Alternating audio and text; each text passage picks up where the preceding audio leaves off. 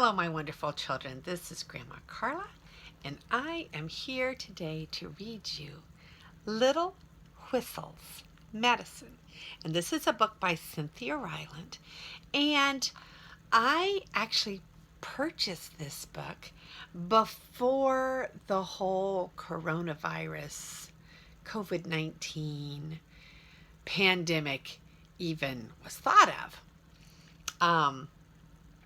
But because all the libraries are closed, I still have it at my house, and I thought, I need a break from putting all of these math videos on for my students. I need a break and read a library book to my children.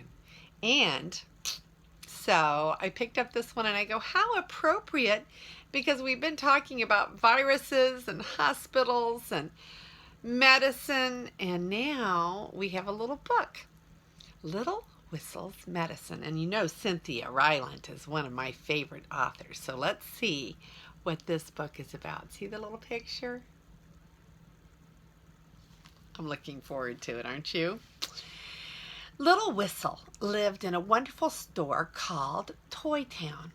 All day long, he kept in his cage while children brought their parents to look at toys and at him.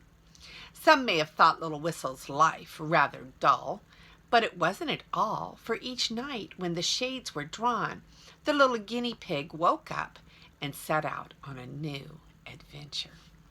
Well, here are the pictures. There's the toy store, and over here is Little Whistle in a cage, and the children would come to look at him. And looks like he's setting out on one of his adventures.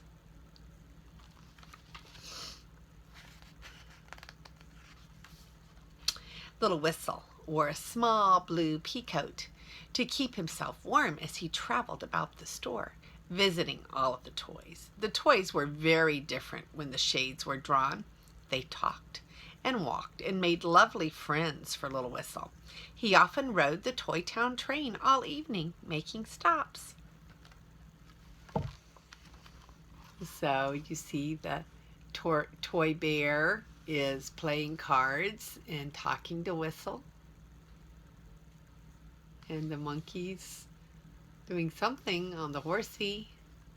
And Little Whistle rode the train.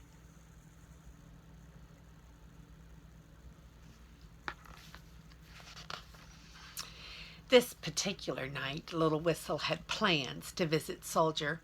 The little guinea pig was in the mood for a story, and he knew that Soldier read books to the Toy Town babies before bedtime. Soldier would have a good story. But when Little Whistle got off the train at Soldier's toy shelf, things were not well at all. Soldier was not well. He lay on his back holding his head as all the babies watched him with worry. Well, here's Whistle getting off the train at Soldier's stop, but look at Soldier, and all the little babies are just so worried about him because he is obviously not well at all. Soldier, what is wrong? Asked Little Whistle, hurrying to his side. Soldier groaned. Someone bumped me off the shelf today and I landed on my head. Poor Soldier, said Little Whistle. The Soldier looks like he has an awful headache.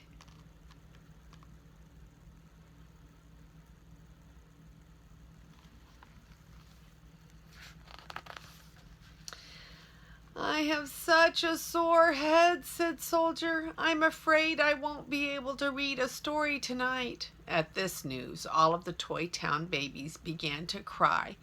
Big, wet tears rolled down their faces. They were so sad. See, they're just crying big crocodile tears. The poor Soldier's just holding his head. And Whistle's looking rather concerned too.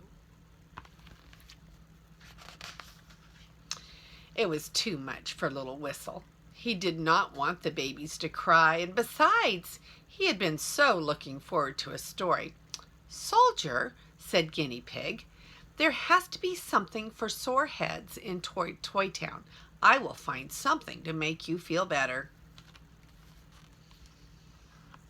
He couldn't stand hearing all the babies cry, and so he says he's going to find a solution.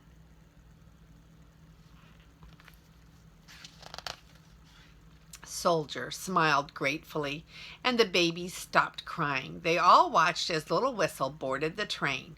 "I'll be back very soon," he called out as he pulled away. So there's Soldier. He's trying to be brave and smile, and there's the children. They stopped crying because Whistle says he's going to come to the rescue. He stopped briefly to see his friend Bear, who was wearing a sunbonnet. Bear loved hats. "Have you anything for sore heads?" asked little Whistle. "Would a beret help?" asked Bear, holding up a red one. "No, thank you," said little Whistle, and he rode on.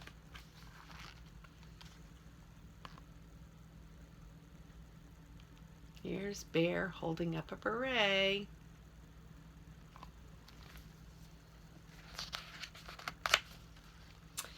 His friend Violet, the China doll, was singing in front of a small vanity mirror. "Violet, have you anything for sore heads?" asked little Whistle. "Would you like a lullaby?" asked Violet, and began singing one. But a lullaby could not fix a sore head. Little Whistle thanked Violet and moved on. There's Violet, the China doll, singing her lullaby.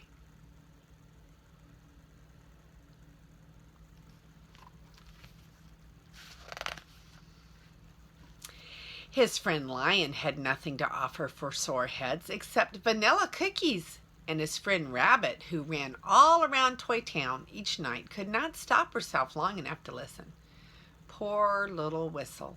Poor Soldier. Was there nothing in Toy Town for sore heads? The cookies that the lion is offering. Poor Rabbit can't even stop. But then a kind mother doll, who happened to be listening, came to little Whistle's aid. Mothers, of course, always know what to do for sore heads. The mother doll led little Whistle to the shelves full of doctor and nurse kits. Little Whistle was delighted. He carried a kit back to the soldier. So here's the mother doll, and she's showing Whistle all of the medicine kits.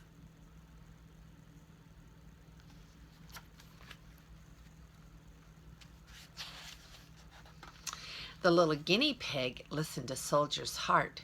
He looked inside Soldier's ear. He tapped Soldier's knee. He gave Soldier some medicine and wrapped a bandage around his head.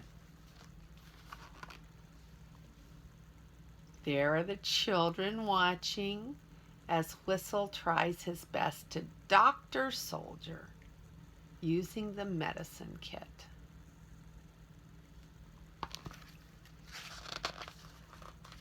It worked! Look how happy Soldier is. His head does not hurt anymore.